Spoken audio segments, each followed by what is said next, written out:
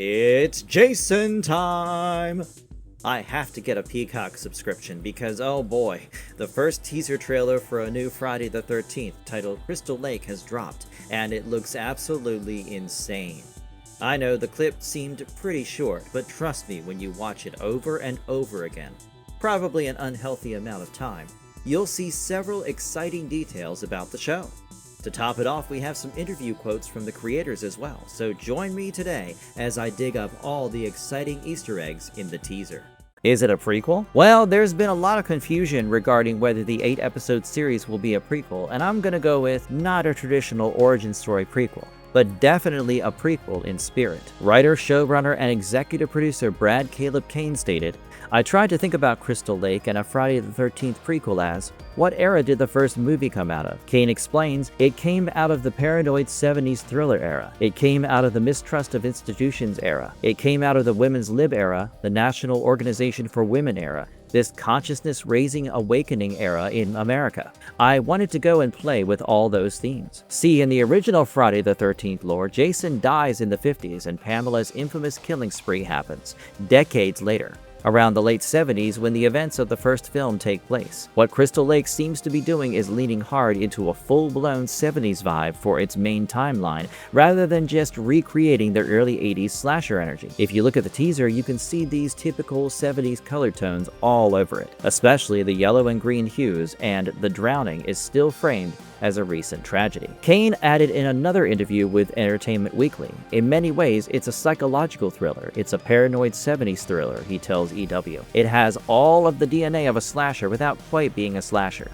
There are rivers of blood in the show. There are very, I think, ingenious kill sequences and deaths and murders, but it's all done in service of character and theme and place and time." Kane explained that he wanted to touch upon all the pop cultural phenomena and artifacts that American filmmaking often targeted while making movies of that era. Once again, the teaser shows a group of children coming to the summer camp, the wooded campground and rustic cabins, kids carrying duffel bags, the tube socks, and most importantly, the bus with the rounded front all scream 70s aesthetic. So instead of being a straightforward, here's what happened in the 50s origin story, I'd say it's aiming to serve more as a Pamela and young Jason character study, set in a richly realized 70s world that fills in the emotional and psychological gaps around why Mrs. Vorhees becomes the killer we meet in the original film. And even if it's a prequel, it will offer richer and more nuanced storytelling. Pamela Vorhees will be given the spotlight. Yes, Pamela was the focus point in the first film, and unlike Casey from Scream, we all know by heart that she was indeed the killer.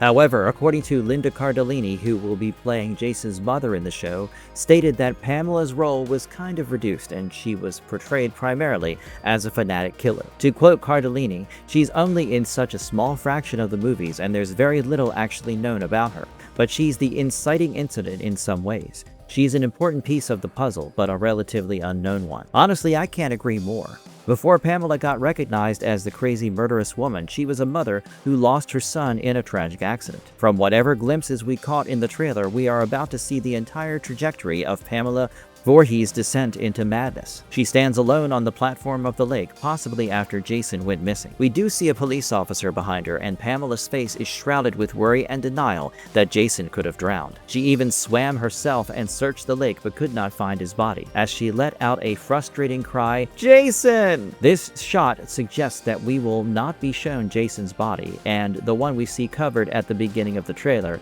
is one of Pamela's victims. The show will trace Pamela's psychological breakdown after Jason's death. The teaser made it pretty evident that Pamela was already losing her mind when her son could not be found and was declared dead by drowning. Now, the scene where she swam under the lake could indicate that she went looking for the body herself, or she believed that Jason was somehow alive, in some corner of the water body, and would answer to his mother's painful screams. Soon enough, we see a woman in a dimly lit room, probably inside one of the camp's cabins, with frowning brows and a distressed face, before her body moves in a manner as if she had been stabbed. And there she is, Pamela with a knife in her hand, and the trailer cuts to show us a blood-covered face of hers, which indicates that she has started killing. It's possible the woman she killed was someone related to Jason's death, and Pamela had lost her mind so badly that she said, "Mommy's here," possibly after the mother. indicating how she regrets not being present when Jason needed her and how that guilt had turned into a vendetta. Kane further assured how this series is set to be a character piece and said, "We wanted to dive into Pam's psychology." Kane adds, "We wanted to see her unraveling after watching the events of the movie that everybody knows. We wanted to see her relationship with Jason and what his death kicks off in her. Her trying to find some sort of equilibrium in her life after the thing that ostensibly she lives for, her son, was taken away from her, and how all the people around her and the circumstances surrounding her make that impossible to do." The show will give us the backstory of Jason's birth and Pamela's struggle to rear him up. Pamela's face is solemn and somewhat hurt while staring at the baby whose legs are raised and a blue hospital card or blanket is draped across the baby's torso. The date on the calendar shows May 13th, Friday, and it's understandable that she is looking at her newborn son, Jason, but the expression on her face tells us that something inside her broke the longer she looked. Fans of the franchise know that Jason was born with a condition called hydrocephalus, where his face was affected with severe deformities, and the boy also had an abnormally large head.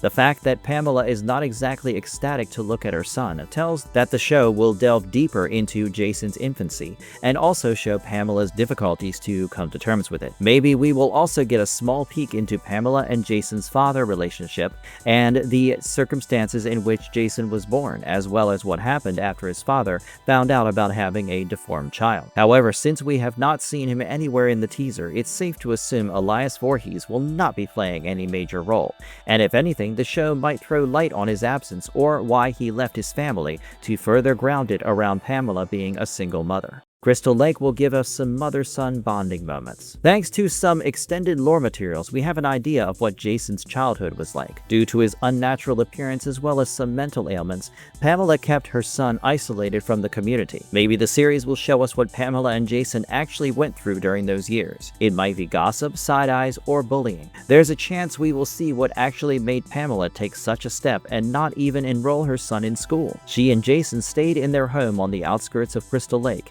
and his education was limited. However, one thing Jason learned was obedience. He looked at his mother as an absolute authority and never questioned her. Jason would do whatever Pamela told him to and slowly accepted the fact that he was different and that his life was not going to be easy.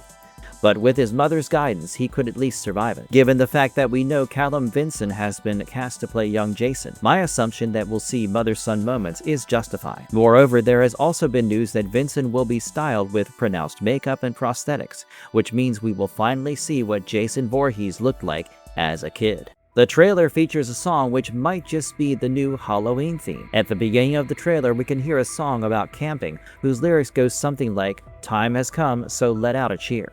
Towards the end of the trailer, the same cheerful tune plays again and we can hear Crystal Lake, "Oh We Love You." However, this time it's actually more chilling than happy given the ambiance and setup, and this song might just become the new haunting theme to play during Pamela Voorhees' murders. It's possible that the showrunners are using music to show the drastic change of Camp Crystal Lake, an iconic summer camp site, to a cursed place simply by changing the rhythm of the music, and I think that's a brilliant creative take. Also, I might be stretching things a little too far, but I have this feeling that the song might hold a special place between Jason and his mother. You know, something she would sing to him as a lullaby, or to tell him about the camp stories which he in all probability could not attend for his deficiencies. The townspeople will be playing an active role. In the universe of Friday the 13th, Camp Crystal Lake is basically a fictional summer camp located in a made-up town known as Crystal Lake at New Jersey. Now, since we are entering a series, which means an expanded format, it only makes sense that the locality and its people will be focused on, and maybe we will even get to see their dynamics with Pamela and a young Jason. You know, it might be like one of those small and tightly knit communities where everyone knows about each other, where they live, what they do, and practically function as a large family, albeit with good and bad aspects. Kane told Entertainment Weekly that the townspeople, many of whom fans will recognize, bring different colors to the show's palette. We will also have a character, Officer Dorf, who would arrive at the campsite looking for a local, nicknamed Crazy Ralph, who would often drink and blabber about the town's curse. Dorf will be played by Cameron Scoggins, while Nick Cordeleone will be playing Ralph. Bringing in more characters outside just campers suggests that Pamela's kill count might be higher in this show. Crystal Lake will be a mixed bag of genres. Once again, a longer time means we will experience a world of Friday the 13th which will not just revolve around campers ending up in the cabin, discussing the town's curse, making out randomly, and getting brutally killed. The show will feature much more in terms of emotions and activities. The show will genuinely feel like a camp at times, and there would also be a carnival, which will add to the vibe. In short, we are not in for an out-and-out slasher experience. Rather, the creators have carefully created a project which will be a roller coaster. And Cardellini said, "The tone is odd.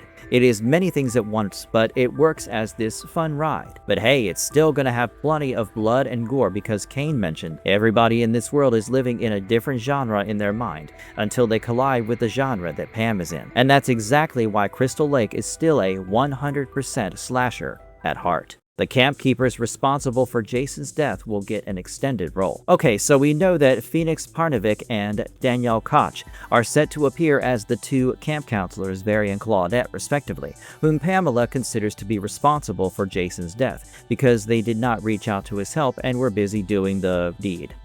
Now, as far as how Jason ended up in the camp, the original film established that he was there because his mother, Pamela Vorhees, worked there as a camp cook in the summer of 1957. We did get some pictures of Pamela Vorhees in the kitchen, and it's possible the show will follow the exact same origin story or improvise to make Linda's Pamela a more liberal and modern, who wanted her son to overcome the insecurities of his appearance and try to live a normal life. They are already taking artistic freedom, and Jason's birth date has also been changed from June 13th to May 13th. So this might not be that far-fetched an idea. Still, the reason Jason drowned might be pretty much the same, because if I am not very wrong, we did see Phoenix and Danielle's characters getting cozy inside a car when they are startled by something, or someone.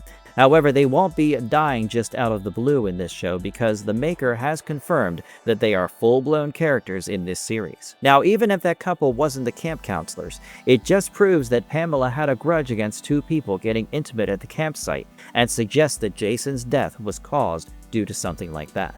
There will be a lot of new characters. The show's official logline describes Pamela as someone Crystal Lake follows. Single mother Pam Vorhees, who has been unable to shake her grief after her young, sickly son Jason tragically drowned in the town lake almost a year before. When two strangers arrive at Pam's door digging into her past, a disturbing chain of events are set into motion, leaving the townspeople of Crystal Lake wondering just who is Pam Vorhees. Talking of people who will come knocking at her door, we do have additional characters like a journalist, Brianna, played by Devin Kessler. Brianna would also be the sister of the officer Levon Brooks, who will be portrayed by William Catlett. However, the officer would be depicted as a friend of Pamela, but Linda kept his character details ambiguous by saying we don't really know whether he would turn into an enemy, and to quote her, that relationship was really informative because when they speak, there is a lot of history that you don't see on screen that has happened before the series begins.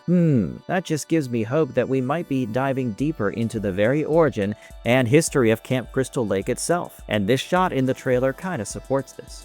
Why is Linda Cardellini perfect for the role? See, I have been a fan of this woman ever since Legally Blonde, where she played Chutney Wyndham, and then The Curse of La Llorona. Holy crap, she was amazing as Anna. The teaser has done a great job at establishing the tone Linda will be putting on for this show, and we can already see how she is bringing an emotional weight to Pamela Voorhees' character. Plus, photographs like these, it just shows that Crystal Lake will haunt your mind and heart because Linda's expressions of grief and insanity are freaking mind-blowing. Moreover, Linda's experience in La Llorona also makes her a suitable choice, and the actor reflected, saying, "I forgot that it is so demanding physically, whether it's being covered in blood or running all night or fighting." However, she is happy to give Pamela an empowering turn and told The Hollywood Reporter, "It just seemed like something that I had never done. I haven't seen that many female slashers like that." To dive into who she might have been, I thought, well, that's something I've never done before. When is Crystal Lake hitting the screens? The series is being produced by A24, and I can't explain how reassuring that is.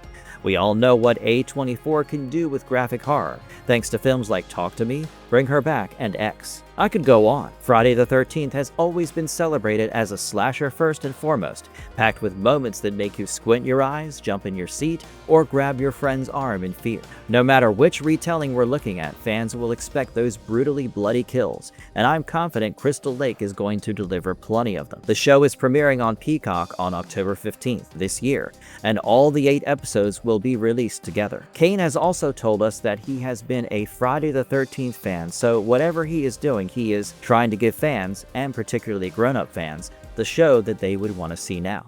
Will there be a time jump? Yeah, I am kind of anticipating this one because the show does list Zachary Branch as an adult Jason Voorhees. The jump might be of a decade or so when we see an experienced Jason Voorhees starting his role as in the infamous serial killer, and since it will be an ongoing drama, the time leaps may continue till they reach 2009, which is when the last Friday the 13th film came out. Neither Branch nor the showrunners has revealed any details about his role in the show, and as of now, we don't know what they have planned for the character. But as far as we have seen Zachary, he has done a pretty good job in Apple TV series Monarch: Legacy of Monsters, and in the film May-December by Todd Haynes, where he starred alongside Julianne Moore and Natalie Portman. Given Kane has been a co-showrunner on It, Welcome to Derry, it's possible that Crystal Lake will also follow a chapter and year-wise storytelling, and unlike Derry, which is going backwards, this one will go forward to ultimately give us a Jason in his late 20s. Callbacks to the original franchise. The teaser also throws in a bunch of little callbacks that longtime Friday the 13th fans are definitely going to appreciate. The biggest one has to be Linda Cardellini saying, "Mommy's here," which I sneaked in earlier. It instantly reminds you of Betsy Palmer's unforgettable Pamela Vorhees, who screamed, "Kill her, Mommy! Kill her! Don't let her get away, Mommy! Don't let her live!" while killing the final girl. On top of that, if you listen carefully, you can hear the franchise's signature eerie whispers and haunting score creeping into the background, bringing back that unsettling feeling we've all associated with Friday the 13th for decades. Even the Crystal Lake title card feels like a love letter to the original, using that same distress-style font that immediately sets the mood for an old-school slasher. It's little details like these that make it feel like the creators genuinely respect the franchise while still giving it a fresh spin. Alright guys, that's all for today. I understand many fans are skeptical about how the show will ultimately turn out, given it's a modern retelling and the creator is evidently making some changes. But I have a good feeling after watching the teaser, and honestly, to get a Friday the 13th project after 17 goddamn years, that means a lot. Anyway, hop into the comments section and let us know your thoughts. And if you liked this video, don't forget to hit the like button, subscribe, and ring the bell icon. Until next time, stay safe.